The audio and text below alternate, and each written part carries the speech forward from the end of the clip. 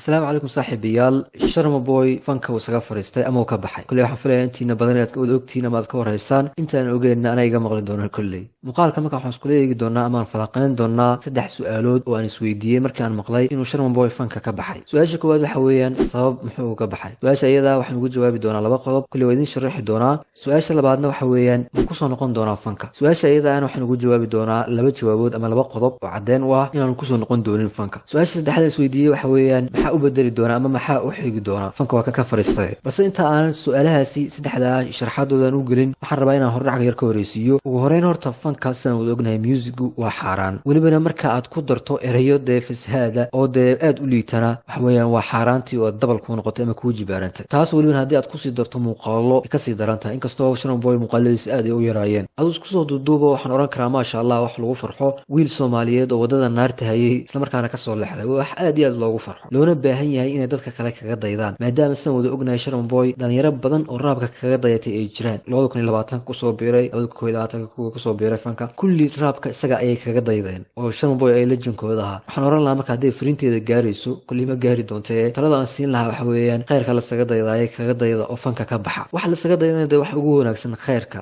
okay hadaba su'aalaha haddaan u nimaano su'aasha hore sabab muxuu uga fariistay fanka qodobka ugu horeeya aan kaga jawaabayo kulay qof walba uu fahmi kara waxa weeyaan wax niyadiisa ka soo go'ay oo dab niyadiisa ku shidnaa inta uu heesayay ama fanka uu ku jirayba dab niyadiisa ku shidnaa oo mar walba danqayay gubayay damiirkiisana uu diidanaa ayaa keentay inuu maanta fanka saga baxo waayo wuxuu ahaa qof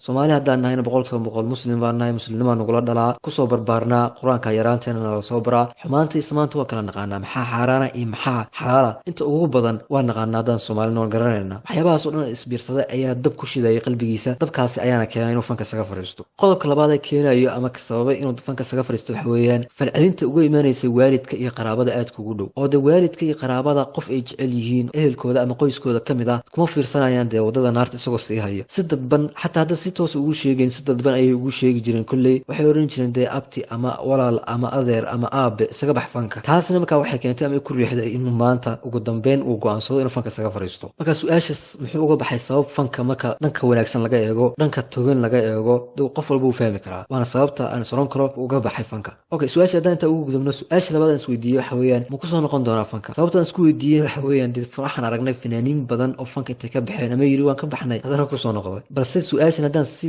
waafi ugu jawaabo si aniga ila muuqato waxaan isleeyahay maya kuma soo noqon doono qodobka koowaad oo aanenayo waxa weeyaan Sharma Boy sida ii muuqata hadaladiisa aan ka dareemay waa qof go'aan leh ku dhiirasho leh go'aan leh una go'aansaday sida ka muuqatay kuma soo noqon doono qodobka labaadna waxaan oran karaa isku filnaansho ayuu gaaray maanta hadii aan la dhan maaliyad noloshiisa inta uu isbedeshay oo isku filnaansho ayuu gaaray maasha Allah Ilaahay u siyaadiyo marka qodobkaasina uu caawin doona sababtoo ah marka jaab xanuun uu jiro dhaqaalaha iska hooseeyo noloshaada meel hoose iska taalo waxyaabo badan oo aad ogtahay inay khaldan yihiin ama ay xumaan yihiin aad mararka qaar lacag ka raadinaysaa marka aad isku soo duub waxaan oran karaa maadaama uu yahay qof go'aan leh isla markaana isku filnaansho uu gaaray labada qodob ayaa caawin doonta kuma soo noqon doono fanka wasa ila tahay ma ogi waxa dhici doona laakiin waa sida marka iga muuqato imika su'aashaasi marka waxay su'aasha labaad aan isweydiiyay oo ku soo noqon doona fanka hadii aan u nimaano su'aasha saddexaad maxaa u bedeli doona fanka waa kan ka baxay ee maxaa u bedeli doona ama maxaa nagastiya waxaan soron karaa optiono badan ayuu haystaa horta koow qof caana oo marka caan tahayna waxa tahay qof lacag lugeynaysa marka reality-ga waaqica maanta aan ku noolnahay marka laga hadlo qofka caanka ah waa lacag lugeynaysa haduu ka faa'iideysto iyo hadaan ka faa'iideysanba marka waxa u bedeli kara optiono badan optionka koowaad waxa weeyaan inuu social media ka shaqeysto oo YouTube-ka waa kan maanta 1 milyan gaaray Facebook ayuu ka shaqeysan karaa haduu doono social media ayuu lacag ka sameeysan karaa oo ka xoogsan karaa waa qodobka koowaad qodobka labaad maadaama qof caana oo bulsho badan ay ku xiran tahay uu yahay dhalinyaro badan role model oo ah wuxuu kaga shaqeysan karaa shirkadaha waaweyn ayuu xayeysiinta u qaabilsanaan karaa sida imika wada BK uu sameeyo ama shaqada BK uu ka shaqeeyo dawad garanaysan Telesom ayuu qeybaha xayeysiinta u qaabilsan yahay marka isna shirkadaha waaweyn ee dalka ka jira iyo hay'adaha waxyaabahaas oo dhan ayuu dhanka xayeysiinta iyo